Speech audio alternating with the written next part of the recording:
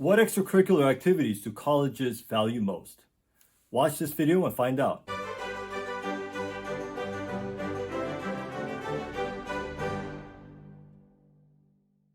One of the most common questions I get, and I've gotten in the last 14 or so years doing college prep and college prep consulting, SAT prep, and preparing, literally 1,000 students, close to 1,000 students in the last 14 years, helping them through the college prep process, is both parents and students ask, what is the most impressive or the most valuable, important extracurricular activities that I can participate in so that colleges are impressed, basically, that I can put on my college application so that it impresses colleges.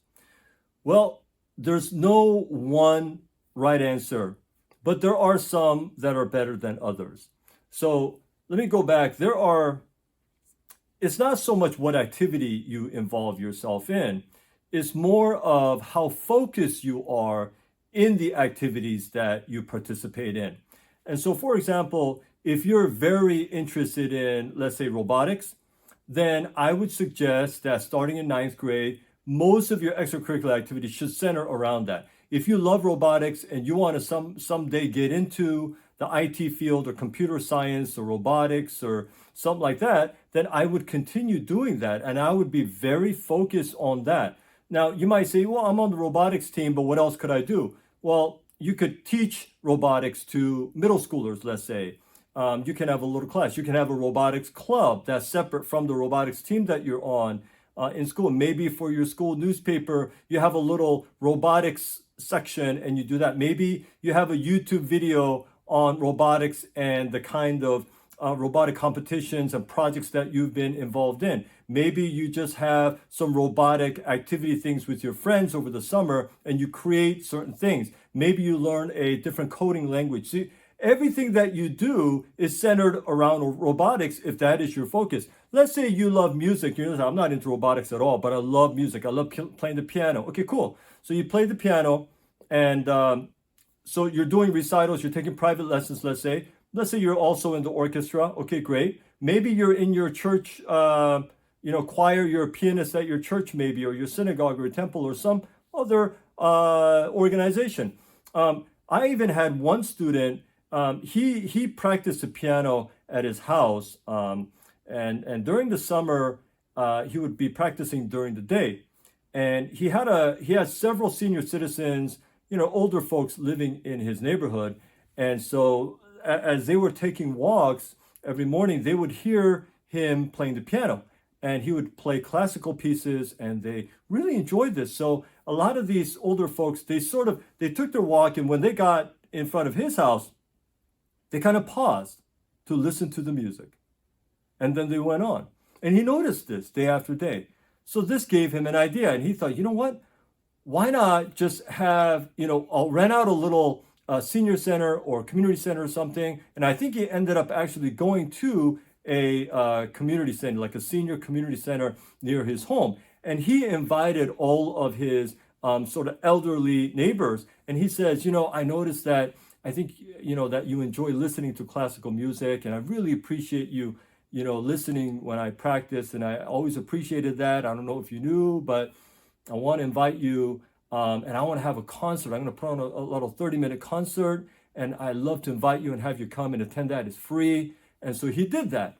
And so his neighbors were so excited. They all came and they attended. It was like a 30-minute. I think it turned into like an hour because he played and his sister played. They all played. And they played, music that was familiar to them, that they thought they would enjoy. And it was a wonderful time. And so he did this. This was an activity. And you can certainly list this in your college application. And so just an example of the creativity that you can have in the thing that you're passionate in. So you want to focus all your extracurriculars on one theme, whatever that theme is. Is it music? Then do everything around music. Whether it's teaching music, founding a club in music, doing performances, doing recitals, teaching, whatever the thing is. If it's robotics, do that. If it's speech and debate, do that and center all your activities around that thing. Is it swimming? You're a really good swimmer, then center everything around swimming. You don't just have to compete. You can teach swimming. You can be a lifeguard in the summer. There are many things you can do. So you can teach safety, water safety. to kids. You can volunteer. There are many things. You just have to be really creative. But this is how you should be thinking. If you want to put your best foot forward, if you want to have the most impressive application for colleges, you want to center all your activities, all your extracurriculars around one theme and be very focused on that thing rather than being scattered. I do a little bit of Key Club.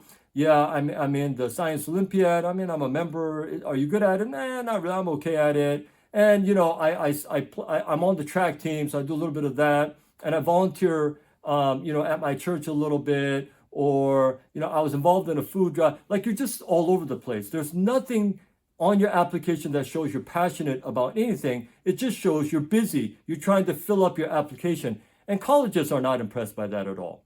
Okay. I mean, I tell students all the time, if I'm not impressed by it, and I've seen this 1,000 times, surely colleges will not be impressed. Colleges have seen tens of thousands, if not hundreds of thousands of applications. Okay. They've seen it all. What they're looking for are very focused people who are passionate about what they're passionate about, and it shows in their application. Now, there are some activities, I said, that are clearly better than others, okay? So, for example, if someone is student body president, now, not everybody can be student body president. There's only one. And so, but I had a student years ago, and she went to an all-girls school around here, and she was student body president for 2 consecutive years, junior year, senior year. She just was that kind of personality. She was a leader, and that was very natural to her. There are some people who just freak out trying to speak in front of people. She had no problem doing that, and when I met her, I knew right off the bat that she was that type of personality. But if you're that type of personality, if that comes naturally, again, just focus all your activities on leadership. Because as student body president, you're very, very busy throughout the year, especially if you come up with events and if you're creative and you're working with your other officials, student government officials, and you're coming up with things, preparing things, planning things. I mean, it could keep you very busy all throughout the year. So the recommendation, the strong recommendation that I would have for you as a high school student, and it's important to start in 9th grade. If you're scattered in 9th and 10th grade and 11th grade, all of a sudden you have this light bulb and, I'm going to get focused on this. It's better to have all 4 years show.